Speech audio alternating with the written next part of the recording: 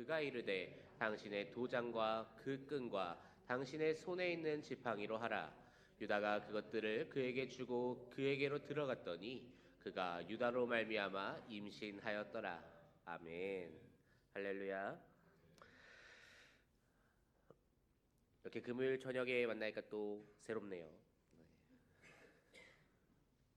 어제 10시간 운전으로 인해 전혀 상관없지만 목이 아픕니다. 손과 다리가 아니라. 악행, 우리는 악행이라는 단어를 잘 알죠. 우리가 흔히 보고 또 들을 수 있는 것 같습니다. 때로는 그렇게 행동하기도 합니다. 오늘은 이 악행에 관련된 어떠한 이야기를 한번 나누어 보고자 합니다. 사람은 참으로 연약하죠. 죄성을 가지고 태어납니다. 그래서 어떤가요? 그 죄성으로 인해 우리는 많은 죄를 짓고 살아요. 그러나 사람은 연약하기 때문에 죄를 범할 수 있습니다 라고 제가 이 자리에서 위로의 메시지를 던지겠지만 그것이 우리의 핑계가 되지 않기를 소망합니다. 죄를 범할 수 있죠. 그러나 신자라면 거룩함을 드러내기 위해서 계속 정욕과 싸워야 합니다. 싸우기를 포기하면 우리는 그 사람을 보고 성숙한 신앙인이다 라고 이야기하지 않습니다. 오늘 말씀에 우리가 읽어본 이 창세기 38장에는 유다라는 사람의 이야기가 등장합니다. 특별히 그 유다가 자신의 며느리인 다말과 관계를 맺어서 자녀를 낳는 이야기가 수록되어져 있죠. 말씀을 생각해 보면 어떠한 생각이 드시나요? 거북하고 거부감이 또 들어야 정상인 것 같아요. 오늘 말씀이 가만히 생각해 볼 때 참 은혜 받기는 힘든 말씀인 것 같습니다. 목사님께서 무슨 배짱으로 저 말씀을 고르셨을까라는 그러한 우려가 있어야겠죠. 저도 지금 우려스러운데 하지만 그럼에도 불구하고 그러한 말씀도 파고들면 또 그 말씀만의 재미와 어떠한 은혜가 있지 않겠습니까? 우리 성도님들께 오늘의 말씀이 이 유다의 이야기가 유다와 다말의 그 사건이라는 그 이야기가 하나님께서 주시는 그 크신 은혜로 다가올 수 있기를 소망합니다. 다시 말씀드리지만 이 창세기 38장은 유다가 자녀들을 낳는 그러한 이야기로 시작을 합니다. 유다가 총 몇 명의 자녀를 낳나요? 오늘 말씀에는 창세기 38장의 상반부, 초반부에는 세 명의 아들을 낳는 것을 우리가 볼 수 있습니다. 그 아들들은 엘, 오난 그리고 셀라라고 하는 아들들을 낳습니다. 그 중에서 이제 첫째 아들 이 장자 엘을 위해서 유다가 며느리를 데리고 옵니다. 그 여인의 이름이 다말이라는 여인이었습니다. 그런데 문제가 생깁니다. 이 장자 엘이 어떠한 죄를 지었는지까지 구체적으로 나오지는 않지만 분명한 것은 이 엘이 여호와 보시기에 악했다라는 것이지요. 그래서 하나님께서 그 엘을 죽이세요. 이 당시에 나의 형이 자녀 없이 죽었을 때 내가 형수를 취해서 아이를 낳아줌으로써 형의 족보를 이어나가야 하는 그러한 관습이 있었습니다. 아주 어려운 말로 수혼이라고 합니다. 저도 이번에 찾아봤습니다. 이게 수혼제도구나 하고 찾아봤는데 그러한 관습이 있던 시대였습니다. 심지어 이 수혼이라는 것은 나중에 신명기에 가서는 하나님께서 아예 율법으로 지정하실 정도로 이 이스라엘 백성들에게는 반드시 지켜야 하는 그러한 일이었던 것 같아요. 그런데 이것을 이제 동생이 감당하지 않으면 하나님께서는 굉장히 악하게 바라보십니다. 그리고 심판하십니다. 그런데 이 엘이 자녀 없이 죽었습니다. 엘과 이 다말이 자녀 없이 죽었어요. 엘의 동생인 오난이 다말을 취하겠지요. 정상대로라면 말씀대로 명령대로 율법대로라면 이 오난은 어떻게 해야 했을까요? 형인 엘을 위해서 다말을 임신시키는 것이 오난이 해야 하는 일입니다. 그런데 이 태어날 자녀가 자신의 아이가 아니니까 오난이 그것이 싫었던 모양입니다. 땅에 설정하였다라고 성경에 기록되어져 있습니다. 그러자 하나님께서는 그 오난을 죽이십니다. 우리는 여기에서 한 가지 생각을 해볼 수가 있는데요. 유다의 아들들이 왜 계속해서 지금 죄를 짓고 있는가 하는 것이지요. 유다가 누구의 아들입니까? 유다가 누구인가요? 유다는 야곱의 아들이죠. 그렇죠. 쉽게 말하면 이 유다는 그 유다의 조상을 따라가면 누가 나오나요? 아브라함이 나옵니다. 하나님께서 만나셔서 친히 인도하시고 언약을 맺으신 그 사람 아브라함의 직계 자손이에요. 그런데 어떻습니까? 이 여호와 하나님에 대한 교육이 이루어지지 않고 있다라는 것이지요. 아브라함의 자손인데 하나님에 대한 이 이야기가 전승이 되지가 않는다라는 것이에요. 그 결과가 어떻습니까? 죄로 나타나고 있습니다. 그래서 결국 죽임을 당하지요. 신앙의 유산을 물려준다는 것, 이것은 굉장히 중요한 일입니다. 우리 가문의 혈통이 끊어지지 않게 하는 것, 세상은 이것에 굉장히 관심이 많은 것 같아요. 그래서 자녀들에게 늘상 물어보지요. 무엇을 물어보니까? 아직 나의 자녀가 결혼하지 않았다 하시는 우리 성도님들께서는 명절 때 자녀들을 오랜만에 만나면 무엇을 물어보시나요? 너 언제 결혼하니? 를 물어보시죠. 누구 만나고 있니? 언제쯤에 결혼하니? 또 자녀가 결혼했으면 무엇을 물어보죠? 이세는 언제 가질 거니? 정말 저도 명절 때마다 귀에 딱지가 생기도록 듣는 것 같습니다. 언제까지 물어보실까 궁금해요.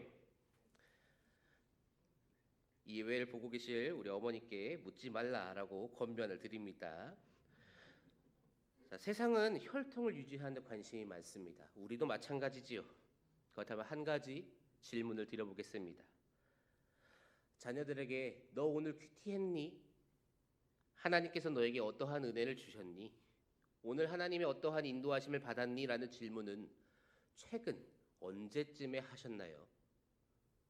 최근 1년 사이에는 있는 것 같기는 한가요? 그 질문조차도 하지 않는데 과연 그 신앙이 물려질 수 있을까요? 우리는 이것에 대해서 굉장히 무겁게 받아들여야 한다는 것이지요. 사랑하는 성도 여러분, 신앙을 제대로 물려주지 않으면 오늘 말씀에 등장하는 이 유다의 아들과 같은 위험이 찾아옵니다. 이것이 하나님의 명령이라는 것, 그리고 그 하나님의 명령이라는 것이 가지고 있는 그 무거움, 그것을 전혀 알지 못해요. 그러니까 내 형을 위해서 내가 해야 하는 일임에도 불구하고 나의 의지가 아니에요. 내 아버지의 의지가 아닙니다. 하나님의 말씀입니다. 그런데 그것을 나의 의지로 꺾어버립니다. 그러니 죽임을 당하지요. 그러한 위기가 찾아온다라는 것이지요. 우리 자녀분들께 꼭 신앙의 유산을 물려주시기를 소망합니다. 하나님의 그 말씀, 하나님의 그 메시지 그런 것들을 잘 전승해서 우리 하나님께서 우리에게 이러한 은혜를 주셨다. 하나님의 은혜는 이러한 것이다. 그러한 이야기가 우리 가정 안에서 풍성히 이루어지기를 소망합니다. 자, 그래서 이제 유다에게는 아들이 한 명이 남았습니다. 셀라라는 아들이지요. 그런데 이 셀라가 아직 어려요. 유다가 생각하기에 이 셀라도 죽을 것 같습니다. 셀라만큼은 읽고 싶지 않았던 그가 한 가지 묘수를 냅니다. 그것이 무엇인가요? 그것이 오늘 본문 말씀 11절 말씀에 기록되어져 있습니다. 오늘 11절 말씀 함께 읽어보도록 하겠습니다. 유다가 그의 며느리 다말에게 이르되 수절하고 내 아버지 집에 있어 내 아들 셀라가 장성하기를 기다리라 하니 셀라도 그 형들같이 죽을까 염려함이라. 다말이 가서 그의 아버지 집에 있으니라. 아멘. 셀라가 장성할 때까지 기다려라라고 말합니다. 그런데 사실 이렇게 말하는 것은 핑계였지요. 유다의 속마음은 무엇인가요? 오래도록 떨어뜨려 놓으면 다말이 알아서 포기할 것이다 라고 여겼던 것 같습니다. 그는 그렇게 셀라를 지켜내고자 합니다. 그런데 이제 시간이 흘러요. 셀라가 장성합니다. 유다는 약속을 지키려면 다시 다말을 불러와야 하지요. 그런데 어떠한가요? 다말을 불러오지 않아요. 그러자 이제 다말이 행동을 시작합니다. 그것이 14절 말씀에 기록되어져 있습니다. 우리 14절도 함께 읽도록 하겠습니다. 그가 그 과부의 의복을 벗고 너울로 얼굴을 가리고 몸을 휩싸고 딥나 길곁 에나미 문에 앉았으니 이는 셀라가 장성함을 보았어도 자기를 그의 아내로 주지 않음으로 말미암음이라. 아멘. 과부의 의복이 있는데 그 옷을 벗고 창녀의 옷으로 변장을 합니다. 쉽게 말하면 이제 유다를 직접 유혹하기 시작한 거죠. 다말의 정체를 모른 유다는 어떻게 행동하나요? 그 다말과 동침하게 되지요. 유다가 다말과 동침하기 위해서는 이제 몸값을 지불해야 합니다. 그런데 그 몸값을 지불하려고 하는데 아직 염소 새끼가 없는 것 같아요. 하기다 누가 나는 오늘 이 길가에 나가서 창녀와 동침해야지 하고 염소 새끼를 끌고 돌아다니겠습니까? 어쩌다 보니 만나서 행했으니 가져올 시간이 필요하겠지요. 그런데 그 염소 새끼를 주기 전에 너가 염소 새끼를 주기 전에 담보물을 달라라고 이야기를 하죠. 그 담보물로 유다의 도장과 끈과 지팡이를 달라고 합니다. 고대 사회에서 도장과 끈과 지팡이는 어떠한 족장과 같은 우두머리, 높은 사람 그러한 것을 의미합니다. 권력자의 권위를 나타낸다라는 것이죠. 이 지방에서 아마 유다보다 높은 사람은 찾기 힘들 거예요. 분명히 유다의 것임을 밝혀줄 수 있는 것, 이 주인은 반드시 유다일 수밖에 없는 것을 지금 다말이 요구한 것이죠. 유다가 그것을 내어줍니다. 그리고 다말과 동침하고 다말이 염소 새끼를 받기 전에 다말이 그곳을 떠납니다. 유다는 담보물로 내어준 것을 다시금 돌려받지 못한 상태라는 것이죠. 그로부터 이제 조금 더 시간이 흐르고 나서 사건이 하나 더 터지지요. 다말이 임신했다라는 소식이 유다에게 들린 거예요. 유다는 이 사건, 이 소문을 어떻게 들었을까요? 그는 어떻게 생각하고 어떠한 반응을 할까요? 자기의 막내 아들을 내어주어야 합니다. 그것이 하나님의 법이에요. 그런데 유다는 그 법을 지키지 않고 지금 질질 끌고 있습니다. 그러던 중에 다말이 임신했다라는 소식이 들립니다. 과부가 임신하는 것, 이것은 하나님의 명령대로라면 심판을 받아야지요. 그가 얼마나 기뻐한 것인지 상상조차도 가지가 않아요. 아들을 내어주는 것, 그것은 그토록 망설이던 그가 그녀 다말을 불태우려고 합니다. 그것이 24절 말씀에 기록되어져 있습니다. 함께 읽어보겠습니다. 석 달쯤 후에 어떤 사람이 유다에게 일러 말하되 내 며느리 다말이 행음하였고 그 행음함으로 말미암아 임신하였느니라. 유다가 이르되 그를 끌어내어 불사르라. 창세기 38장 시작에서 벌어진 사건으로 인해서 내어주어야 하는 아들이 있었습니다. 유다는 그 아들을 38장이 끝나갈 때까지 내어주지 않아요. 그러던 그가 다말이 임신했다라는 그 사건에 대해 하나님의 법으로서 불태우는 것은 이 한 절, 이 방금 전에 우리가 읽어본 그 말씀 한 절이 끝나기 전에 유다가 행동을 하지요. 엄청난 행동력이에요. 무엇을 말하고 싶은 것인가요? 유다 그가 지금 얼마나 이기적으로 살아가고 있는가를 보여주고 있습니다. 유다는 철저하게 이기적으로 움직이고 있어요. 소식이 들리자마자 다말을 끌어내고 그녀를 불태워버리려고 합니다. 이 행위가 얼마나 급박했는지 다말이 끌려가면서 이야기를 하지요. 25절 말씀입니다. 여인이 끌려나갈 때 사람을 보내어 시아버지에게 이르되 이 물건 임자로 말미암아 임신하였나이다. 청하건대 보소서 이 도장과 그 끈과 지팡이가 누구의 것이니까 한지라. 지금 유다는 쉴 틈도 주고 있지 않아요. 자신이 원하고 자신이 기다렸던 사건이 터졌습니다. 속으로는 하나님께서 역사하셨다라고 생각했을지도 모르겠어요. 다말을 내칠 수 있는 그러한 사건, 이 사건이 일어나자마자 유다는 지금 곧바로 실천하지요. 다말도 그것을 알아챕니다. 그래서 끌려가는 중에 담보물로 받은 그 물건들을 내어놓습니다. 모두가 보는 앞이에요. 권력자의 물건이 손에 놓여 있습니다. 유다는 오만 가지 생각이 들었겠지요. 유다는 결국 다말의 옳음을 인정하고 그녀를 살려줍니다. 그 후에 다말이 자녀를 낳아요. 쌍둥이를 낳는데 세라와 베레스라는 쌍둥이를 낳게 됩니다. 참으로 끔찍한 사건이었습니다. 더럽고 추악하기가 지금까지 성경에 등장한 다른 이야기들과는 격이 다릅니다. 단순히 사람을 죽이고 물건을 훔치고 이 정도의 수준이 아니었어요. 자신의 아들을 지키기 위해서 자신의 며느리를 불태우려는 사건이 벌어집니다. 거기다가 그 며느리를 살려줘요. 살려주는 것도 왜 살려줍니까? 자신의 며느리와 동침한 자신의 죄를 알고서 살려주는 것이지요. 이것이 지금 누가 일으킨 사건이라고요? 아브라함의 자손인 유다라는 사람이 일으킨 사건이라고요. 아내가 죽자마자 창녀를 보고 오늘 내가 너와 동침하고 싶다라고 말하는 그 아브라함의 자손 유다가 그러한 사건을 일으켰다라는 것이지요. 유다가 누구인가요? 질문을 조금 바꿔보겠습니다. 하나님께서 선택하셨다는 이스라엘의 그 여러 지파들 중에 하나님께서 택하신 그 지파가 어느 지파입니까? 유다 지파입니다. 우리가 쉽게 말하는 유대인이라고 하는 그 유대가 무엇을 말하나요? 유다를 말하지요. 유다 족속이 하나님께 선택받았고 그 유다 족속을 통해 예수 그리스도께서 이 땅에 오십니다. 그 족보 안에, 그 예수 그리스도의 족보 안에 오늘 이 죄악 가운데 유다가 행한 그 죄악을 통해서 태어난 두 명의 아들 중 한 명인 베레스가 기록되어져 있습니다. 오늘의 이 사건을 우리는 어떻게 생각해야 할까요? 이 이야기가 성경에 기록된 순간 우리는 이 안에도 하나님의 뜻이 있을 것이다라는 것을 어느 정도 생각하며 그 하나님의 뜻을 발견하기 위해 말씀을 묵상하고 또 기도해야 할 겁니다. 그것이 우리가 믿는 성경은 하나님의 말씀이라는 믿음이지요. 오늘 우리가 읽은 이 유다와 다말의 사건에서 두 가지 방향으로 역사하시는 하나님을 우리는 볼 수 있습니다. 하나는 방금 전에 제가 이야기한 것처럼 악한 사건이었습니다. 그러나 그것을 통해서도 선하게 역사하시는 하나님을 우리는 볼 수 있습니다.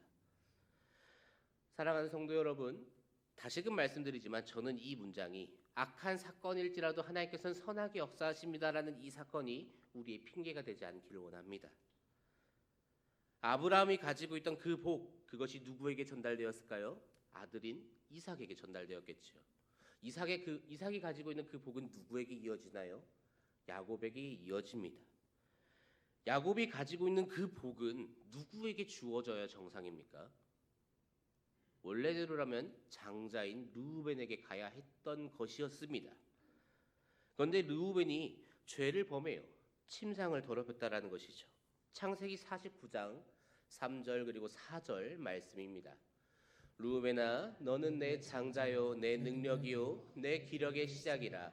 위풍이 월등하고 권능이 탁월하다마는 물의 끓음 같았은즉 너는 탁월하지 못하리니 내가 아버지의 침상에 올라 더럽혔음이로다. 그가 내 침상에 올랐었도다. 르우벤이 죄를 범해요. 그래서 그 동생인 시므온, 그 후에는 레위에게 전달되어야 하는데 이 둘은 살인을 저질렀지요. 그렇기에 그 동생인 유다에게까지 연결됩니다. 유다 뒤에는 단이라는 아들이 있어요. 그런데 이 단은 빌하의 아들입니다. 레아의 하녀이죠. 정통성을 따지기 시작하면 조금 애매해질 법한 상황이 터집니다. 거기가 결국에 무슨 말인가요? 이 유다에서 끝장을 봐야 합니다.